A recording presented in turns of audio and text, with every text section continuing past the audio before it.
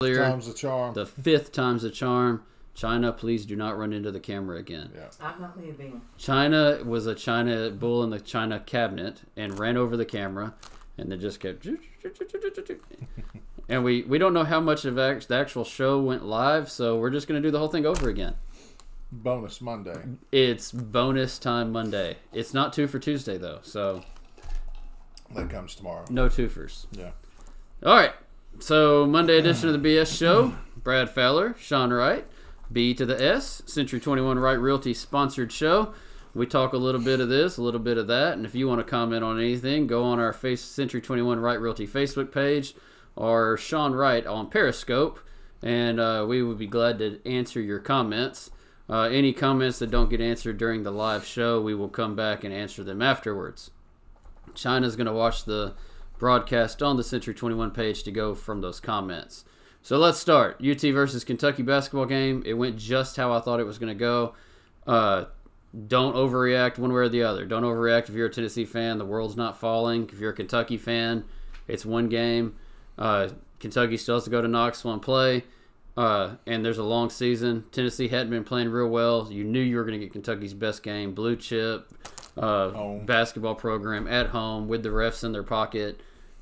It just, there was no, I even texted my good friend RJ Nolan, and I told him 2 minutes into the game's over. Kentucky just wanted it more. Tennessee falls to number 5. Kentucky jumps them. They're at number 4 now. So it is what it is. So they've went up more, beating the number 1 team? Well, they had lost earlier in the week to LSU. So I think Kentucky has like 3 losses as of right now. So, I mean, you're talking about a 3-loss team that just wiped the mat with Tennessee, but they jumped a now 2-loss team in Tennessee. So, but just don't overreact. It is what it is. Oh, yeah. A lot of games. There's a lot of games left. You still got the tournament. Tennessee's still going to be a 1 or 2 seed when tournament time comes, even if this season ended right now. So still got to beat Duke. Still got to beat Duke. You're going to have to beat Kentucky. So that's just how it is. And we got people coming on saying, "Hey, we got kicked off." So yeah, we're back now. Thanks, Laura, for letting us know. Mm-hmm. All right. At least we have one person watching. Yeah, and I tell you what, my paper's all crashed up now where I threw it through the Halo thing, and now I can't really read where our notes are. Daytona, did you watch the race? Watched some of it. Yeah, it was a lot of wrecks there toward the end. Got exciting finally. I really liked the race where all the cars were on fire, and they're still going like 100 miles an hour, and there's like 15 cars, and they're just all conglomerate. It was ugly, but I still want to know who that won. I guess it's going to be Kyle Busch, that just bad guy that nobody likes. That's going to kick. There's got to be a driver that carries the sport for the next 15 years. Yeah. You figure Jimmy Johnson's towards the end of his career, so he's almost gone. Who's that next driver that's going to take NASCAR, carry him for the next 15 years? Yeah. Well, it definitely could be Busch. Everybody loves to hate somebody. Yeah. Yeah. But going back, you had Jeff Gordon. Yeah. Take about 15 years. You had Dale Earnhardt before him, about 15 years. Yeah. Richard Petty, and now there is some crossover through those generations. Oh yeah. But there's always that one driver that carries it the next step. Yeah, and it's funny. Jimmy Johnson is arguably, one of the greatest drivers ever. Yeah. But he doesn't get credit for it. He's not, or at least not that I see. I mean, he may out west, he may have a bigger fan base, but. I only really know one person that likes him, and he just don't seem to have that appeal. Yeah. Something. Well, it's starting with Jeff Gordon, it went away from being a Southerner sport. Yeah. I mean, until then, it was all a bunch of boys from the South that had bootlegging and stuff in their at least their family's history, if not them, and it was a Southern thing. Jeff Gordon was the first one that wasn't a Southerner that kind of carried the torch. Yeah, that really came in and made some noise. And he was from California. I think Jimmy Johnson's from California too. Mm-hmm. So these are guys that they weren't your typical NASCAR fans. Mm-hmm. And I mean, shoot, when Jeff Gordon showed up and he's in this rainbow-colored car, I mean, you guys remember all the jokes about that. Oh, yeah. And he wasn't a bad guy, but that was the one people loved to hate. But you can't deny he was an excellent driver. And then, Tony Stewart, I think he's from Indiana. Yeah, up north, Michigan or Indiana somewhere. So, yeah, it's definitely a nationwide. And then you had Juan Montoya from Mexico. Yeah. So it's, it's got to reach And now you've got rumors that Nashville's going to pick up a NASCAR race again back at the fairgrounds. I mean, fairgrounds was a historic track, and back in the day they were given a choice to stay Winston Cup, but they had to add some seating, and they didn't do it. They would definitely need more seating. And so now the rumor is they're going to get a chance at another NASCAR race in Nashville, and a big Cup race, not a Busch race or whatever it's called now, a big race. Yeah. So it's a little bigger than Bristol, but it doesn't have the bank Bristol has. Right. So it does have covered seating, which is nice. Yeah. When it's But 400 degrees outside. Nashville's always supported racing, and if you go back to That's a that, historic track. it's a historic track, and if you go back to the Bay, I mean, your base is located in the southeast. That's where NASCAR's base is. So you got to target the people in the southeast. So. Yeah. All right, Makes sense. realtors are people wanting to get into the real estate business. You get your 1099s now. You're filing your taxes. You're starting to go, man, I didn't make the money I thought I should have made. We can help you take that to the next level here at Century 21 Right Realty. Brad, you made more money last year than you made before, right? I did. So On pace to do it again. on pace to do it again. Oh, you're already starting hot. So we want to help you get to that point also. So give us a call. Let us teach you how to go to that next level in real estate. 615-838-0653. 615-838-0653. Let's make that 1099 a little healthier next year. There you go. Put a little love behind it. Well, you'll really dread paying the taxes. That's right. Make it where April 15th hurts. All right, Next year I'm going to do better with my taxes. Next year I'm not selling as much, so I don't have to pay taxes. Or keep up with that. Yeah, or find that CPA that's bad, like going to jail. All right, President's Day. I don't care where you are politically. You thank your presidents, past, future, present, all of them. Even if they don't agree with how you believe. I haven't agreed with past presidents, and sometimes don't agree with other presidents. I mean, you're not going to agree with everybody. But the sacrifice that these individuals make to step up and try to lead our country is something that the normal person cannot fathom. Yeah. And I so, wouldn't want any part of it. yeah, I wouldn't want any part of it. I mean, think about what just they put their families through just being president. So, thank your presidents, past and present today, because you wouldn't want to be in their shoes. Yeah. Very true. And somebody reached out to us earlier before we lost connection. Favorite president? Yours was George Washington. George Washington. His axe. With his axe. And mine is either Jefferson or Jackson. I can go back and forth. I give you reasons for both. But so I'd say John Adams too. he's number 2, right? John Adams is number 2, and John Adams is actually very underrated, and people don't realize a lot of what he went through. There was a great HBO special about John Adams that was very historically accurate. Paul Giamatti. Yeah, Paul. Yeah, that was excellent too. But he, all those forefathers were such well thought out, forward thinkers, and he was definitely right there in the mix. I mean, the Electoral College, when it was, even still today, is just so brilliant that you can't even. People don't comprehend how smart the Electoral College is. Right.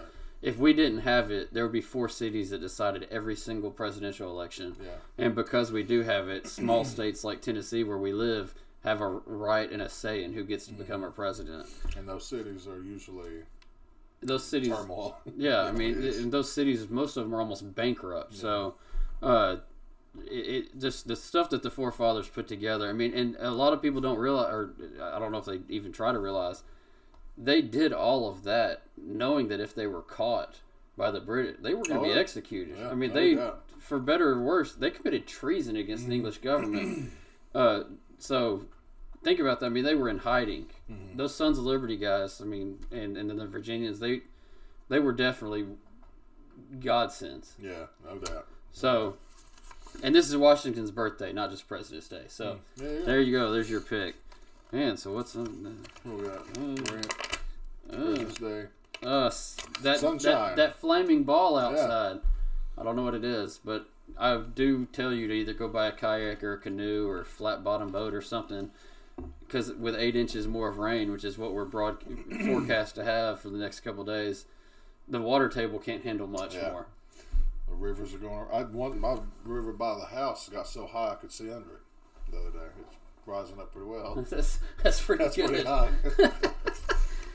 But no joke, I'm expecting a 5:30 a.m. phone call to tell me schools were canceled. Not in this time, but actually canceled because of flooding. So no joke this time. All right. Love it or list it. The time's coming up whether if we do get some sunny, dry days, you may be thinking about listing your house, what goes into it, what are the actual costs, and of course what it would sell for. You know, one click on Zillow isn't the best answer. So you mean the estimate's not accurate? No, I've rarely found them to be that's anywhere terrible. close. You know, either way high or way low. They just can't get it. Just not quite right. So we can give you fact-based information. We don't just pull something out of the air. But feel free to give us a call. We'll let you know. It may not be the best time to list. So, we'll walk you through it and let you know what to expect. And that takes a whole lot of burden off of the whole process. But feel free to give us a call, 895-9710. Yeah. All right. Murfreesboro rant of the day. We're going to talk about the Murfreesboro Airport. We just passed a $58 million debt bill, basically, for the city to go in debt, $58 million. Yeah. Now, it did include a school. The school is needed. Mm-hmm. Let's How much preference of that is a school? Probably $30 million, I'm just going to assume. Really? So let's say half of it. Okay. But $10 million or $8 million or something is going towards the airport over here. Mm-hmm. This airport does not have big enough runways to support commercial traffic. It does not have big enough runways to support industrial traffic like FedEx or UPS or something like that. Yeah. And here we are pumping money into this airport that 80% of the travel or more all comes out of MTSU's aerospace department. If we're just paying in debt and going into debt for an airport, why don't we just sell this airport to MTSU? And if they want to lease some spots back for some private jets or whatever, or private planes to land, so be it. Why does Murfreesboro need this little municipal airport that's not big enough to do anything? Not bringing any money. It's not. Does MTSU pay for what they MTSU leases this stuff back, but I mean, why do the citizens of Murfreesboro need to pay for the debt service? Right. Just sell the airport to MTSU. And I'll take it another level, and I'm not condoning this because I think if it was needed to be done, that somebody commercially or venture capitalist or somebody would pay for it. If we're going to spend millions of dollars on an airport, would we not be better off selling this municipal airport to MTSU for their aerospace department, and Murfreesboro go out to one of the outlying little towns, Rockville, Christiana, Walter Hill, Bell Buckle, somewhere out on the space, and put in a commercial airport, big enough to land a Southwest airline or an American airline or something like that, and take some traffic off of Nashville. Yeah, it's crowded enough. It's crowded enough, and you're going to get it will actually bring money in. Mm-hmm. Now, again, I'm not condoning it because I don't think that's government's place, but I also don't think it's the government's place to have an airport over here that you're leasing back to MTSU. Mm-hmm. If MTSU needs an airport, sell it to them. Let them use it. Yeah. So I really don't think. And I think if the city of Murfreesboro did this from now on, we want to spend money on X. And by spending money on X, your taxes will need to go up by this much per month. Mm-hmm. Most of these pet projects in Murfreesboro would end right there. Yeah. If people truly knew what was going on. If people truly knew what these little services cost, it would be over. Yeah. I believe that for sure. Oh, we're going to spend $10 million on the airport. That's going to cost you $15 a month. Nobody's going to say yes to that. They don't use that airport. Yeah, especially when you just piled up and piled up and piled up. Yeah. I can't think of anybody that's actually used that airport, but I thought about one, or I can only think of one flight in my entire life that I knew somebody that landed on that at that airport. Really? One flight in my entire life. I've been here my whole life. Mm-hmm. So every time I've flown, I've based out of Nashville. Yeah. So just think, if we had an airport big enough for for a commercial airline here, we wouldn't have to drive to Nashville to get on the plane. Right. Smyrna right now could say, you know what, we're opening up our airport to commercial traffic. They've got the runways to support it. You wouldn't even hear about Murfreesboro's airport again. No. It would literally be bankrupt. Mm-hmm. So, Smyrna, people of Smyrna out there, think about that. Make your airport commercial visible and open up a terminal to Southwest or American Eagle or United or whatever. You won't hear about Murfreesboro's airport ever again. It'll be over. All right, rant over. Brad, I didn't tell you about the news you can't believe. You heard it on our first broadcast until we got cut off, China. A guy, Planet Fitness, you know their tagline? No judgment, judgment-free zone. Yeah. A guy walks in, kind of walks around Planet Fitness, goes back to the yoga mat, strips nude in the middle of the gym, and starts doing the hanging dog yoga pose. And they Can you show us what that is? I have no idea. All right. They call the police. The police come in, arrest him for indecent exposure and lewd conduct. I thought this was a judgment-free zone. Is that what he says? That's what he said. That was his argument. Only thing you had to say. He said, they're a judgment-free zone. I came in here to do my yoga. I guess he does yoga in the nude. Is that considered hot yoga? Only if If they're he's hot. naked, it'd be cold. I mean, can I you was think? at the pool. Can you think about the scarring of the other people in the gym? They're like, Yeah. they're over here running on the treadmill, and then they're going. I mean, some 16-year-old young girl would be traumatized by that. Some laws are in place for a good reason. And I mean, public nudity is one of them. Where does the line draw from no judgment, and who's deciphering if it's judgment or against the law? Right. If this happened in Kentucky, or not Kentucky, Colorado or Washington or California where dope's legal, and he brought in his bong, and he was doing the hanging dog while smoking on his bong while at the hot yoga, is that judgment? I don't know. I've always wanted to walk into a Planet Fitness with a big black robe and the white wig and just point at people with my gavel, you know. You'd be judging them. I'm judging all of them. That'd be The fantastic. sign lies. The You're sign being lies. judged every And so moment. now does Planet Fitness have to change its tagline because now they have judged someone? Right, absolutely. Mostly judgment-free zone. What if the guy was the guy looked like, I mean, his hair and beard, and he had like a Duck Dynasty beard with long hair.